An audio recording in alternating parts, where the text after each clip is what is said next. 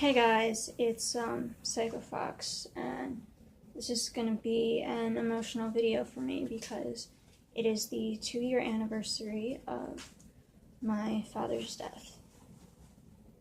On January 6th, 2016, I was informed that, or not January 6th, January 10th, 2016, I was informed that my father had taken his last breath. And I was very emotional about it. And I still am kind of emotional about it. But I figured making a memorial video would help not just me, but my family and anyone else who might have known him that could possibly see it at any point in time.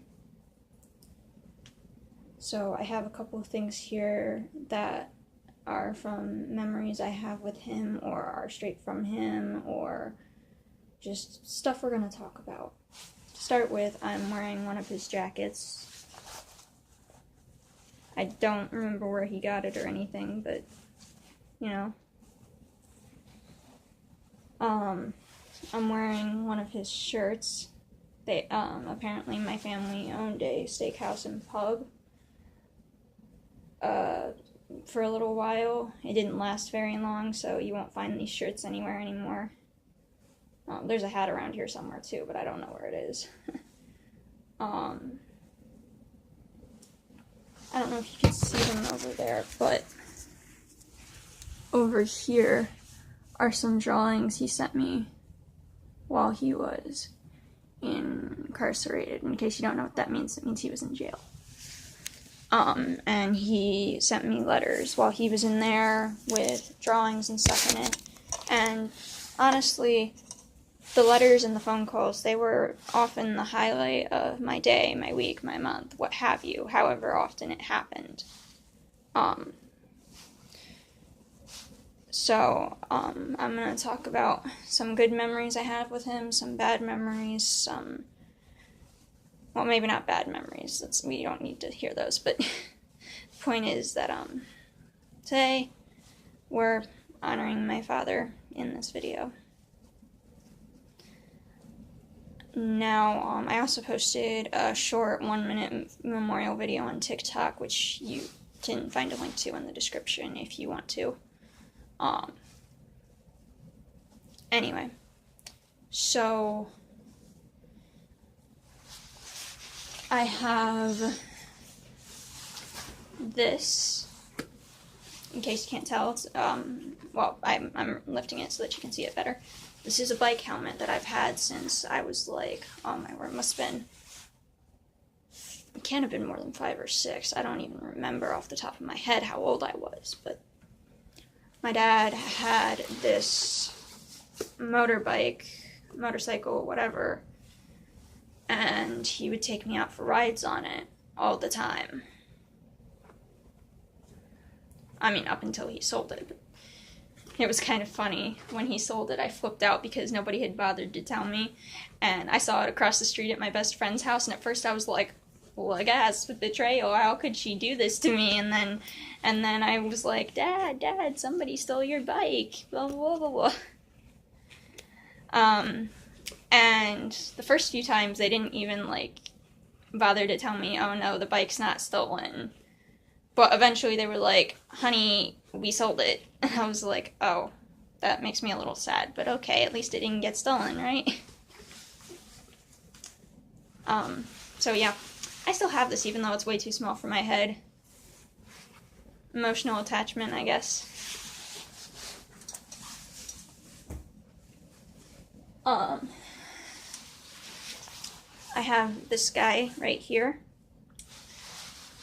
His name is Pancake Pinky. I named him when I was very little. I got him from my dad, and he's been a very special stuffed animal to me ever since. But I don't sleep with him anymore because of that, since he's falling apart. I don't know if you can see the trunks that are missing or anything, but see how this has the 3 paws? Well, this one looks like it has the 3 paws, but it's missing the strings, and no matter what I do, they always come out. And neither of these paws have the strings in them at all. So, And when I was younger, I had to fix him, and I did that, and for some reason, that's the only one that stayed stitched. It's kind of funny.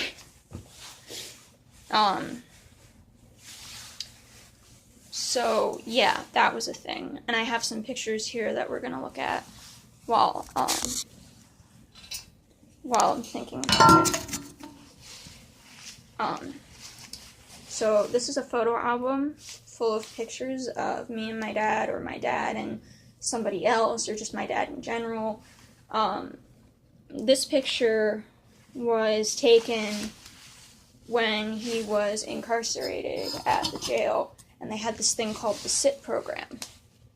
And that day was one of the best days of my life, because I got to hang out with my dad and feel like a normal kid without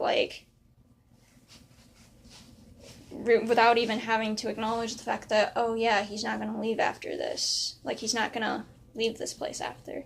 We made different crafts. We made Rice Krispie treats with licorice. We took pretty pictures, and we just had an all-around good time. And, unfortunately, that was the only time they did that I was able to go. A little while later, they had something called Family Day, which I feel like was going to be something similar.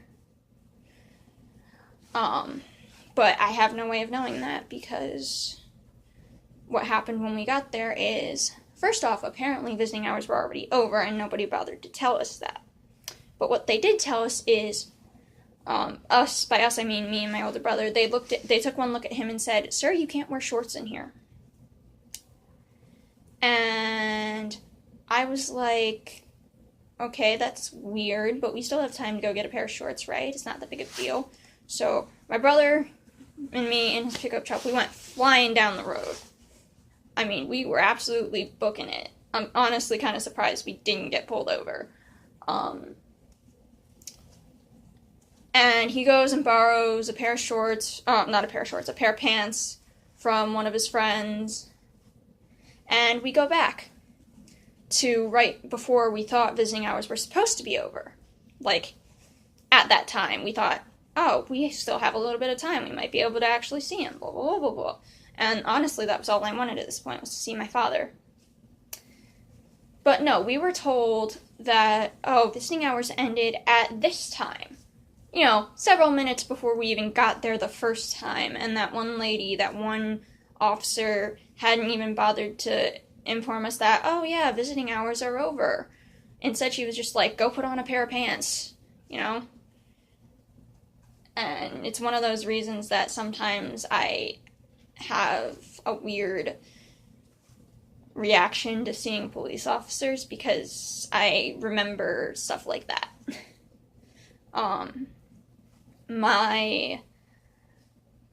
I do trust, there are some police officers that I have experience with that I have known personally, or they're my friend's parents or something like that, who I don't have any issues with, but for the most part, cops just kind of give me the, like, if I'm in trouble, yeah, I'm gonna call the cops, that's different, but if I just see them normally, it's kind of just like, just gonna pretend I don't notice them, because otherwise I'm gonna have flashbacks, and just, yeah. Another time that something similar happened was just on a normal day when we went to visit him. So, by we, I mean me and my Nana. Me and his stepmom may as well have been actual mom. We went there, and for some really dumb reason, she could not stop making the metal detector go off. She took her hearing aids out, she took her glasses off, she took out her hair clip, she tore the wire out of her bra, she pulled her zipper off just to make sure it wasn't the zipper, and she still set it off, and they wouldn't let us through even after they'd patted her down and checked her for all sorts of stuff to make sure that she was A-okay or whatever. And I cried, and after that, I didn't get to see my father for another 3 years. Until the day before he died. Now, at the time, I didn't know it was the day before he was going to die, but for once, I actually was, like, grateful to the officers because they let us, we didn't just go to the visiting area like normal. No, we went to the straight up infirmary, like the hospital section of the jail where my father was, and he was in a very bad state. He was super skinny and weak looking and pale, and you could just tell how sick he was. And I forced myself not to cry because I wanted him to see how strong I was. And I sat there and I held his hand the whole time, and it was kind of funny. He was, I guess on one hand, the officers thought they could get rid of us faster if they gave him the sleeping medication or whatever it is, because he was really loopy. And it was funny because he used some language, and my Nana immediately goes, "Don't make me get the soap and wash your mouth out. You don't want me to do that." And I took one look at her, and in my mind I'm thinking, Nana, I'm in middle school. I hear way worse on a regular basis, but I didn't say anything because I just found that so funny. And I guess technically his last words to me were not the ones that I like to refer to as his last words. But the words I specifically remember him saying to me on that day is just, he looked at me and goes, "You're so pretty." And that was like, I almost broke down crying right there. And on that same day, he told me that he wanted me to have his wedding band, and I was really happy about that. And now I feel slightly guilty about it because I think I lost it completely. I don't seem to have it in any of my boxes from when I moved or in my room anywhere. I mean, I'm still going to keep an eye out for it, obviously, because, yeah, but, so yeah, that was a thing that happened. And, I wrote a poem for him, and at the funeral, I didn't have the courage to read it because I was so emotional, so my older brother had to do it. Love you, by the way, brother. Love you, bro. And when he read it out loud, I wound up crying because those were my emotions just in the air. And I'm not going to say that funeral was the first time I actually wound up crying over it, but it was definitely one of the biggest times I cried over it. And a whole bunch of family was there that I hadn't seen in forever, and some of them I didn't even recognize because they were so much different. But something I do remember is that one of my old daycare teachers, daycare lady, teacher, person, whatever, showed up, and I was like, "Oh, hey, I forgot you knew my dad." And she goes, "Yeah, also free food." And I was like, on one hand, I was like, slightly like, that's a little disrespectful, but on the other hand, I kind of just laughed because that was kind of how I felt about it, honestly, because the only reason I feel like there need to be funerals is so that certain people can get out their memories and emotions and thoughts into the open about the person that they're having issues with, or not issues, that they, the person they lost. And the fact that there was food afterwards seemed almost like a comfort or consolation thing, and I just always found it kind of funny.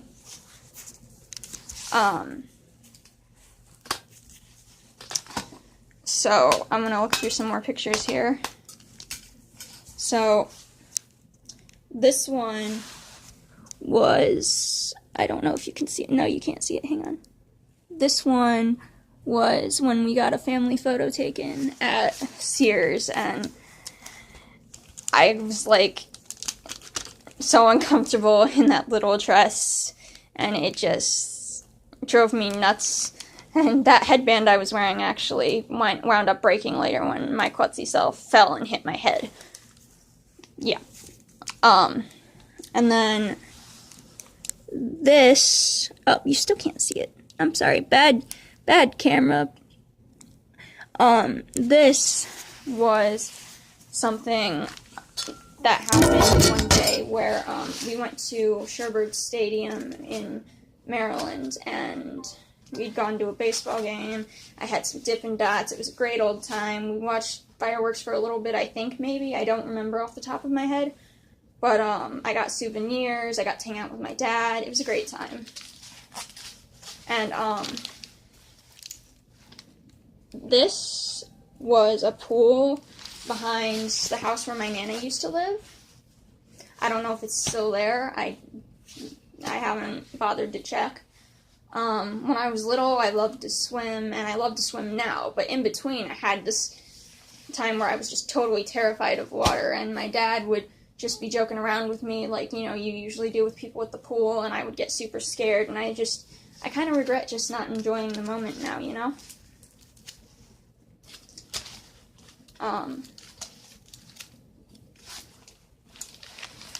So, in one of the first houses I remember living in, I took that picture with a camera that we affectionately refer to as the dinosaur, because it was super old and super big, and it was my first camera that I got from my sister.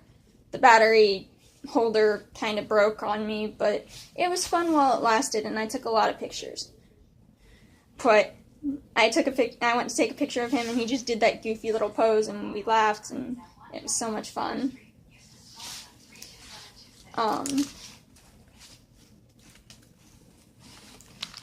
When my brother was a baby, that was one picture, and I don't know if he was present for that, but I do remember that,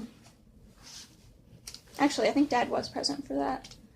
But Dylan, the first time it snowed while my brother was alive, it was so cute. We just put some snow on his tray, and he got a goofy little smile on his face, and he laughed, and he giggled in that way that babies do, and everybody was just like, "Aw." And, so, when I was younger, I don't know if that was when I graduated from, I don't know. I want to say that's when I graduated from this place called, I want to say it was UMES, but like the child section. And they had like a little sort of weird graduation that I found really fun. And, hang on, what is this? Oh, I know what this is. So, in Maryland, in Salisbury, where I grew up, we had this place called Ben's Red Swings. It was this huge park that you could run around and play in, and I had some of the best times there with my friends and my family and my dad. It was a fun time. Oh, here's the scooter I mentioned earlier. That's not me on the back of it, that's my sister, but that's the scooter I mentioned. And when I was little at one point, I had this four-wheeler. Not a real one, just, you know, one of those toy ones the kids ride around on. And that thing was like, that was my thing. I loved that so much. And I would take rides on it with my dad. I would invite my friends to ride on it. At one point, I even had sort of a weird little, like, so you know how in movies when the girls sit on the back of the four-wheeler or the motorbike and they wrap their arms around a guy's waist and they just kind of let the guy steer and whatnot? I had a friend named Caleb, a ginger, who I was friends with for a while, and I let him ride on it sometimes, and we rode double, and it was fun.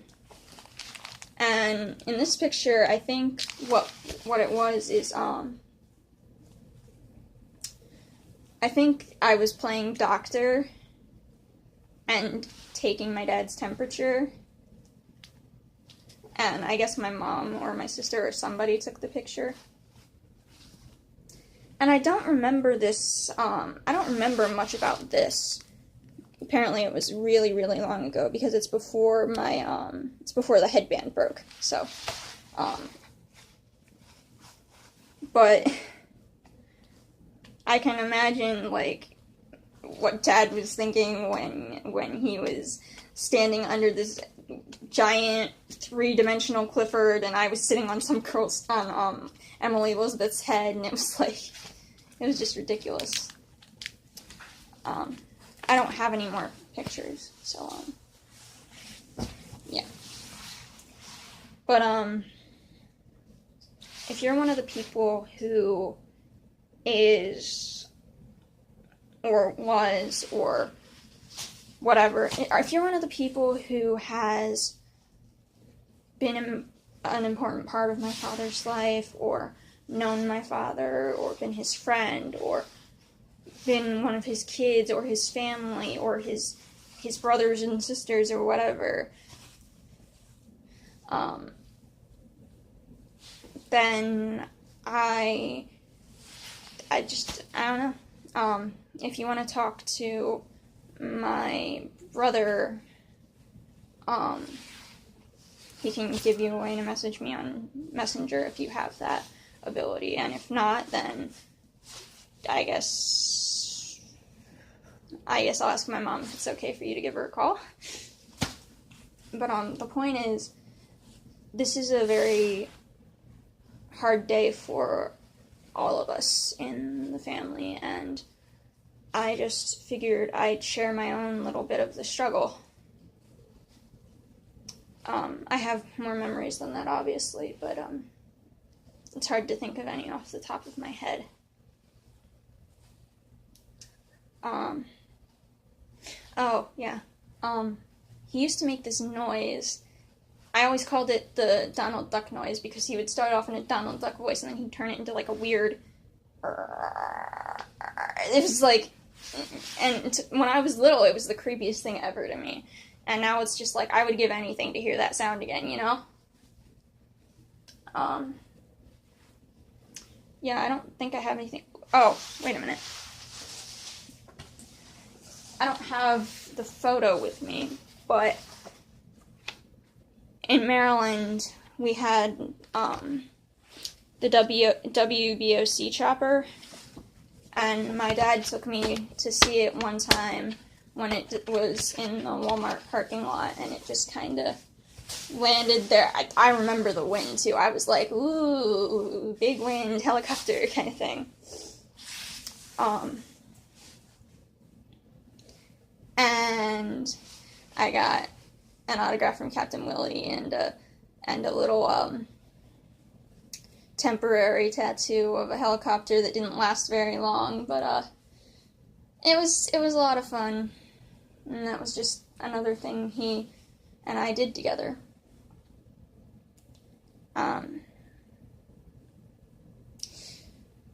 There was something else I was going to say. What was I going to say? This happens a lot.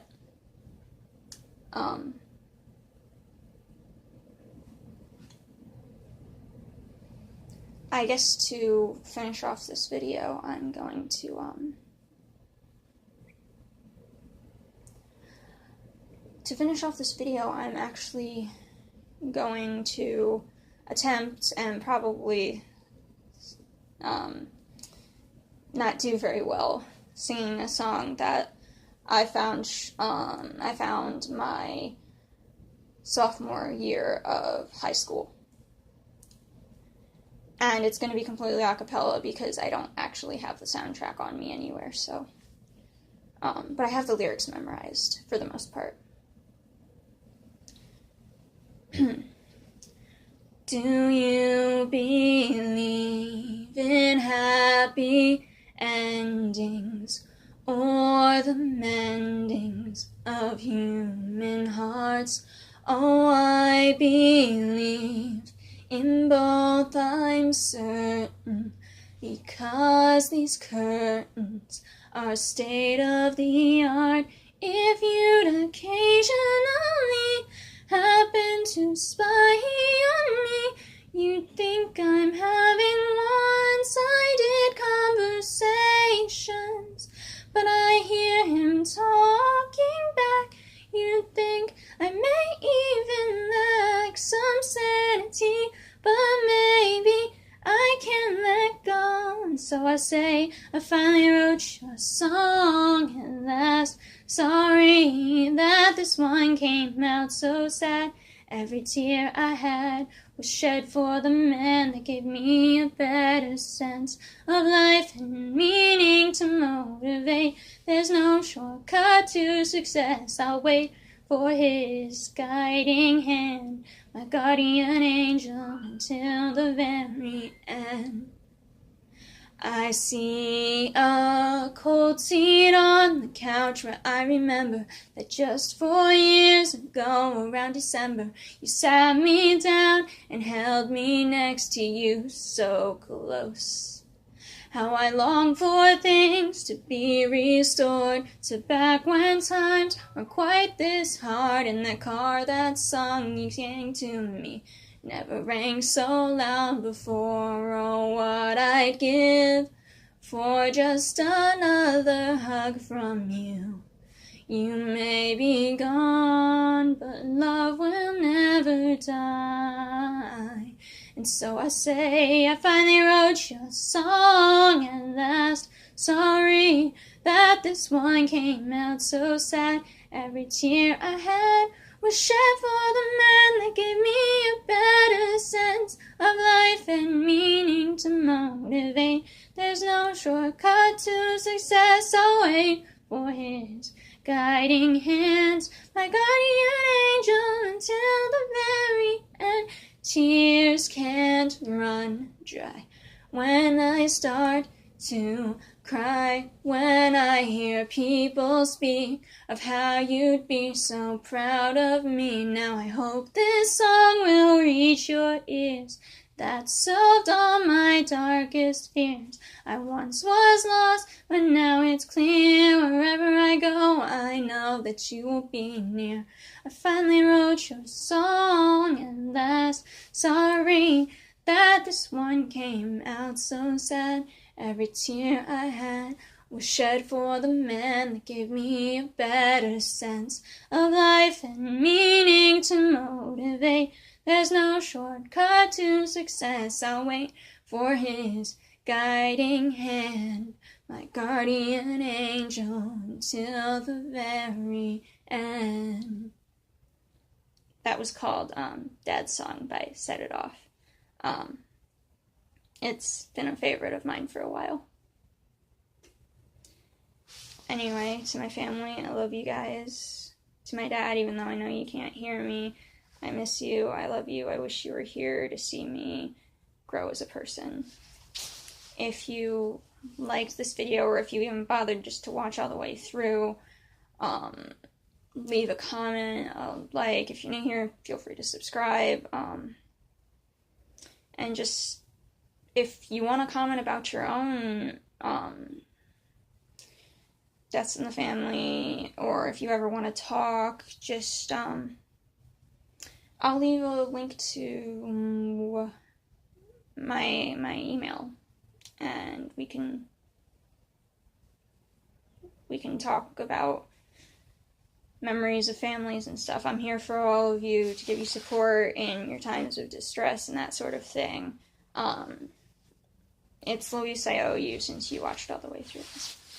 Anyway, I will see you guys in the next video. I hope you enjoyed, or at least I hope it tugged at somebody's heartstring. Bye now. Bye, guys.